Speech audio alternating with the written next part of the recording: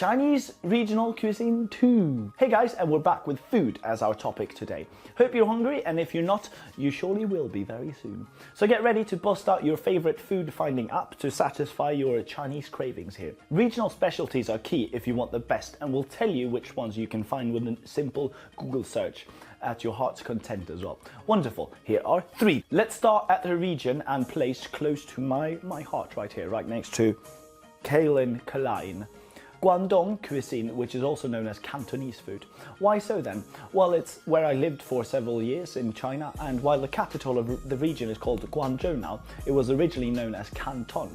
Now, as for its food here, the language is Cantonese, and the food and the people are also called Cantonese people. And Cantonese people here are infamously known for eating just about everything here. Guangdong province, which also includes Hong Kong, is noted for fine seafood dishes and rice dishes as well.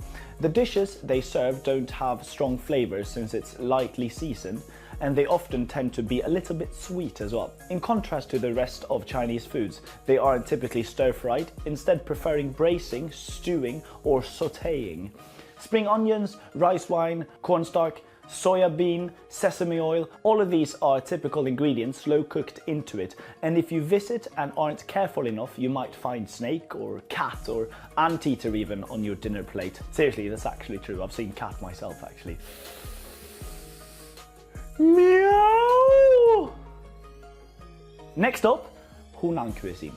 It's recognizable by its rich, moist and creamy dishes that almost always contain a real smack in the mouth amount of chili. In fact, this one is the only region that is known to have hotter food than the Sichuan cuisine. It is, however, tastier because they don't use peppercorn that numbs the mouth as much. It is a rich agricultural area that produces a broad range of vegetables and herbs, and these are all served up for you. Dried chili provides much of the spicy flavor and often leads to the bright red coloring of the dishes. During the humid season, typically dinner starts with cold dishes or a selection of cold meats with chilies to open up the pores. In winter, hot pots are a very common choice. They're thought as being able to warm yourself from the inside and out. I eat a lot of it personally. Anhui cuisine is even wilder than Fujian cuisine here. It is inland, and big mountains such as the Yellow Mountains are the source of lots of different wild foods and herbs. It is basically a hearty mountain peasant food. The emphasis here on ultra fresh ingredients makes this the healthiest of all the cuisines in China. Egg dumplings is a classic that are hard to resist, and they have a real wild flavor to them, coming from green onions and black mushrooms and bamboo shoots and ginger as well.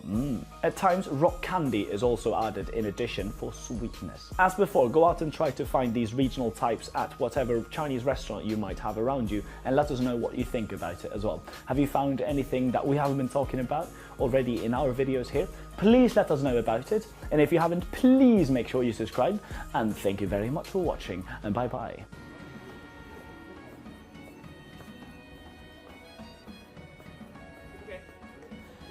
哇，你好穷啊！